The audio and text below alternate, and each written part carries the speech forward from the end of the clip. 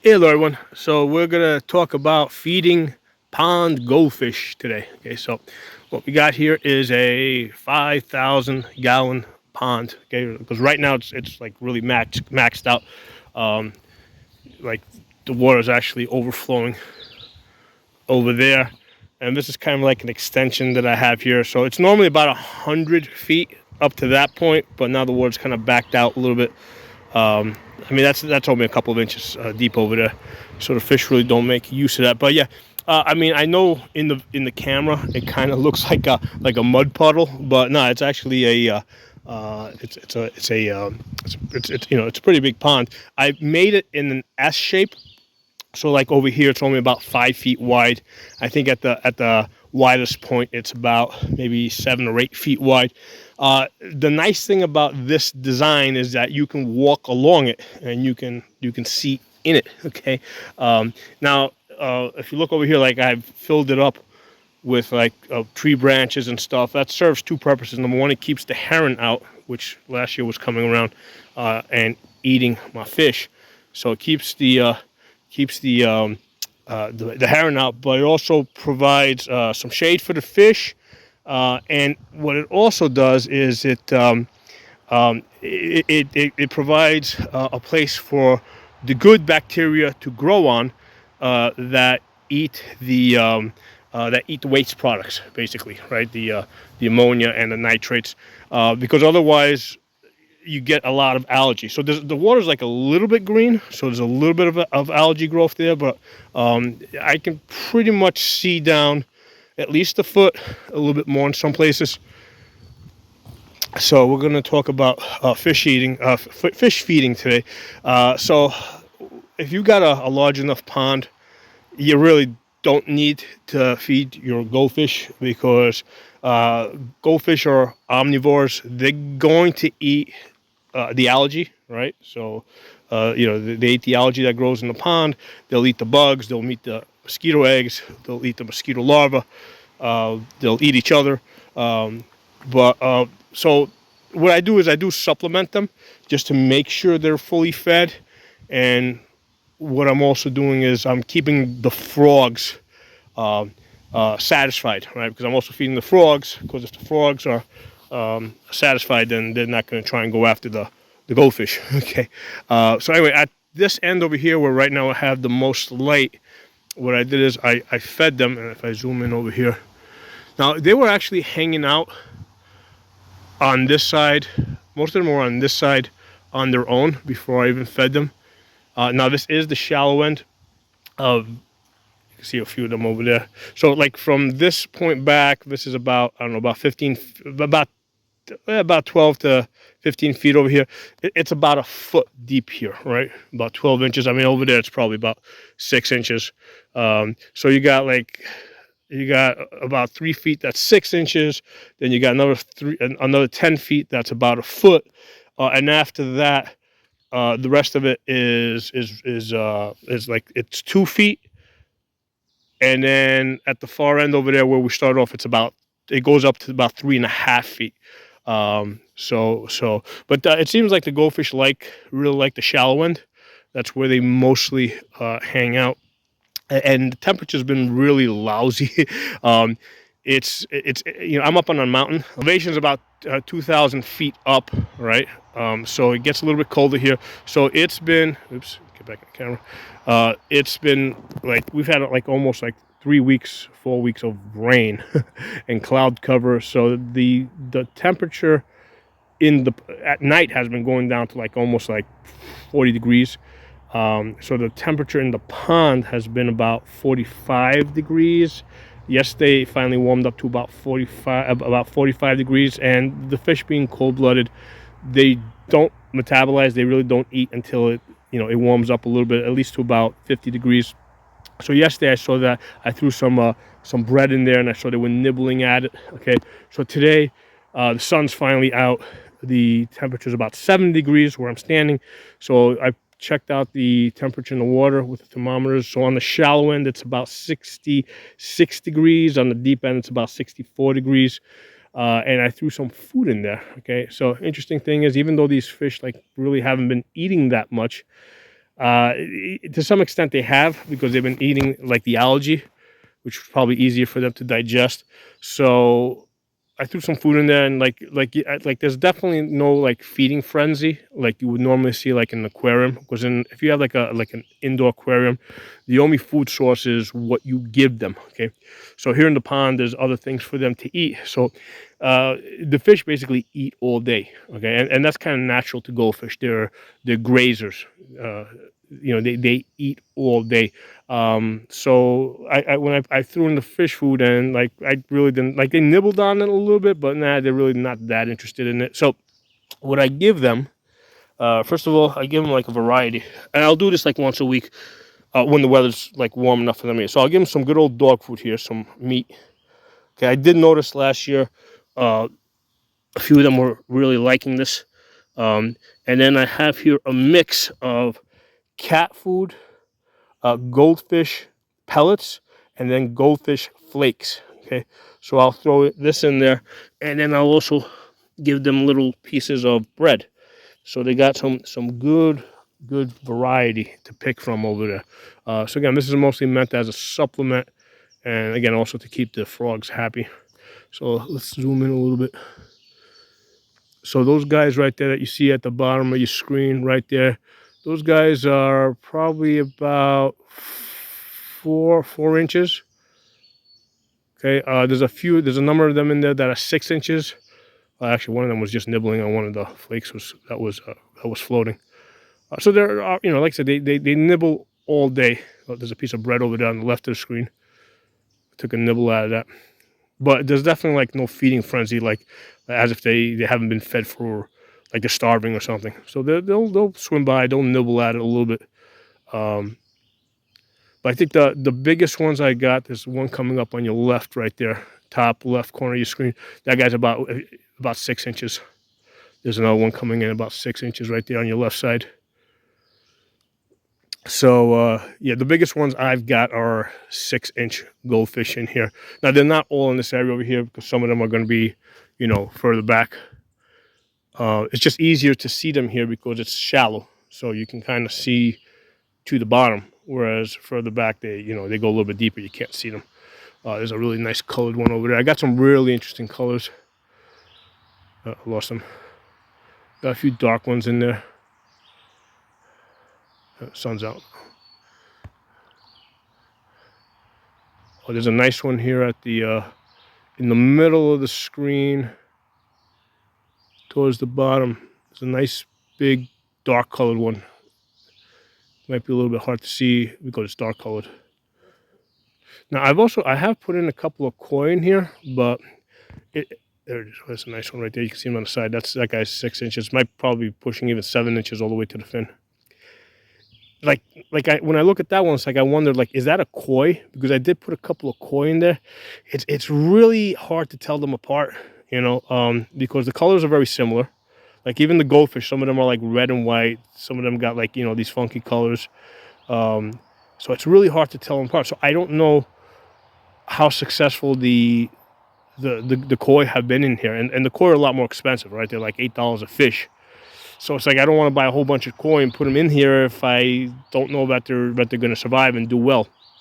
So I'm not going to know if the koi really. It takes koi about 3 years to get to, to grow up to about 2 feet. And if I see a fish that's 2 feet long, I say, okay, that's a koi. And at that point, their face and their mouth is a lot more distinguishable. At the point where they're like 6 inches, it's really hard to distinguish them from a distance without like netting them out to see if it's a koi or if it's a goldfish. So a goldfish, like this pond over here, it gets cold. Like in the wintertime, the temperature drops to about, sometimes it'll go as low as -10 degrees, in the air. The average is about 15 degrees through the winter, and it stays there for about 3 months, right? So we get 3 months of about 15 degrees average. So the pond will completely freeze over, okay? So there's enough water in there. I mean, basically, if you've got 2 feet of water, the fish will be fine. Because what happens is the pond freezes on the top. The water is densest at 38 degrees, so that'll sink down to the bottom, and then it'll freeze on the top. and what and then the ice on the top kind of acts as a barrier to keep the bottom of the pond warm. Okay, so the fish will go down to the bottom, and they'll survive. However, because it's like 3 straight months of winter, like not all the fish make it. Okay, so this year I did a video when the pond finally de-iced. I found about 8 fish floating. Okay, so that's 8 out of like some 400 that are probably in here. And that's from sizes going down to like 1 inch, up to 6 inches. And the ones that died, they were like, I had some tiny ones, I had some medium sized ones. I didn't see any of the big ones die, probably because they've got better fat stores to feed off of. So it was the small ones and the medium sized ones that died. And so again, out of 400, it was 8. There was that were floating. I would guess there's probably another 20 or so that never floated, that maybe just went straight to the bottom. So maybe 30 out of 400. I mean, and they're all getting replenished because basically just about a month ago, when it actually warmed up for a couple of days, the fish were busy breeding. They were like chasing each other around in circles. The males basically try to bump the females to get them to lay eggs so they can fertilize them. So some of the fish are going to die off. That's part of the natural cycle of natural selection. The weak ones die. The ones that remain, they're stronger. They're able to endure the 3-month long winters. I have added a few. Like I did purchase some small shubunkins I put in there. So again, like I don't know, some of them may not make it. That's, again, we're going through that natural selection. I don't want to try and heat a 5,000-gallon pond because it's going to cost something like $500 a month to try and heat it. So that's just nuts. It's just better to just let the fish do what they do naturally. So because of the cold winters, basically these fish only get like really about 3 or 4 months of real summer where the pond temperature is above 55 degrees, so they only get about maybe 3 months of growth, because goldfish can grow up to like 12 to almost 15 inches. But in this case, because of my elevation, which is about 2,000 feet up, we're only getting about 3 months of growth time. But there's plenty of them. They're doing pretty good. There's a lot of them that are in the 4 to 5 inch range. And there's a few of them that have gone up to the 6-7 inch range. But anyway, main point of this video is, if you got a natural earthen pond, and what I mean by that is a dirt bottom pond. Okay, basically this pond was formed when I dug out this tactical trench here. Okay, and basically I needed, when it rains, I didn't want this thing flooding up, so I created a place for the water to collect. Now I am about 150 feet from a stream, so when if you dig down just like 2 feet, you're gonna hit groundwater. Okay, because it's pretty low, so it pretty much never dries up. And I dug this about 10 years ago, and it has never dried up. Now it will, like last year we had almost 3 months of no rain. It rained a little bit, so it was really like 2 months of like no rain, and then a little bit of rain in 1 month. And about half of it had dried up. So from this point back, the 50 feet back had completely dried up, which gave me an opportunity to put in more branches and stuff like that, and more structure in the pond. But from this point forward, which this is the section that's like 3 feet deep going back, 3 to 3.5 feet going back, this section it never dried up, even with the 3 months of no rain. And that's with a natural, dirt bottom pond. Just because, again, it's got, basically I've got groundwater. And I think that having a natural dirt bottom pond is more natural. Like you have an exchange between the water and the, and the waste products in the soil. So I don't have any filters here, right? No filters. I do have an aerator on the far side over here. I have a little water sprinkler over here. Really not necessary. But I have it there. Basically, that moves the water a little bit, and that helps aerate the water, put more oxygen in the water. So that's solar powered. I think that costs something like $20. And then on this side over here, I've got a an aerator. I think this one costs $40. Now this one over here, it has an internal battery that charges. So if it at night it'll run. If it's shady, it'll run. It'll run for about 3 days. It'll run for a day, like almost a full day if there's no sun on the battery. So yeah, so basically I aerate on this side. That's kind of like more of a backup.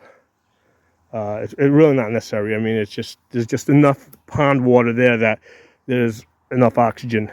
5,000 gallons, and even when half of it was dried up and it had dropped down to about 2,500 gallons, that's still a lot of water. Okay. So anyway, I hope you guys enjoyed this video. The main thing I wanted to bring out is, yeah, if you got a natural pond, right? And we're not talking about like a kiddie pool that you turned into a backyard pond. Talking about a natural dirt bottom pond with lots of other things living in there, right? Frogs, tadpoles, well, tons of tadpoles in here. It's probably more tadpoles than fish. There's probably, like, just yesterday, I mean, there's probably 4 times as many tadpoles as fish. So it's probably about 2,000 tadpoles in there right now. So the interesting thing is the tadpoles hatch out in like in early April or mid-April. The water's still too cold for the goldfish to be really eating, so they don't go after the tadpoles, right? And at this point, the tadpoles are about the size of the small fish. Like if they'll be like side by side, and they look just like a fish almost, but except they look like a little sperm, so you can tell it's a tadpole. So the tadpoles and the fish get along just fine. Now it's more likely that the tadpoles are probably eating the fish eggs that some of the fish eggs. It's such a large pond. There's so many hiding places. They're not going to eat everything, but the tadpoles are probably eating some of the fish eggs that the fish are dropping. But for the most part, they get along just fine.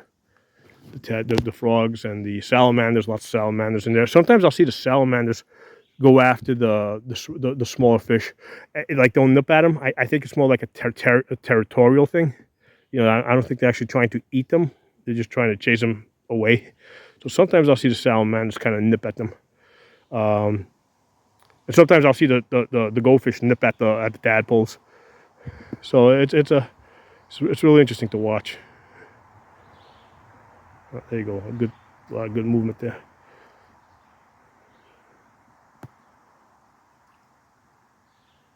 Yeah, so they love because a lot of times people think that they need to have a really deep pond if they're gonna have 2 feet is fine. And like I said, for the most part, like most of my fish are hanging out and being active at the very shallow end, where it's like probably about it's probably 8 inches to a foot over there where they're at right now. So anyway, drop some comments. Let me know how you guys like the video. And I seem to have. I seem to have a bunch of followers that like this stuff, so I'll keep putting up a pond video from time to time. Hey, I also wanted to show you this rosy red, which is like right in front of that log, right about there. So it's like a good 3 inches. So yeah, don't pass up an opportunity to get a bunch of rosy red minnows and put them in your pond. I mean, first of all, they're native to North America because they're basically bred from the fathead minnows, and they're going to do really excellent in your pond. They're actually, as well as the goldfish do, the rosy reds will do even better. So yeah, that'll also form a good foundation for your pond, because the rosy red minnows are gonna they breed. Like in the summertime, they're constantly breeding, so they're going to constantly be supplying eggs and fries, to bring more life to your pond, but also food for the larger fish. So yeah, I just wanted to mention them. Also, white cloud minnows. That's also another good thing that you could put in your pond if you live in a cold environment, because the white cloud minnows come from White Cloud Mountain in China. So it's basically they live in cold water originally. So that's also another good fish for a pond. And then the other one, Medaka fish. I'm actually I bought some eggs on eBay that I'm hatching out now. But I think I'm just gonna. I thought I'd get more that way. It's taking forever for the eggs to hatch out. Well, I mean, I do have some fry, but it's taking forever for them to grow. If I put the small fry in there, they probably got a very low survival rate. So I'm just gonna go buy some adult Medaka fish and put them in there probably next week or so.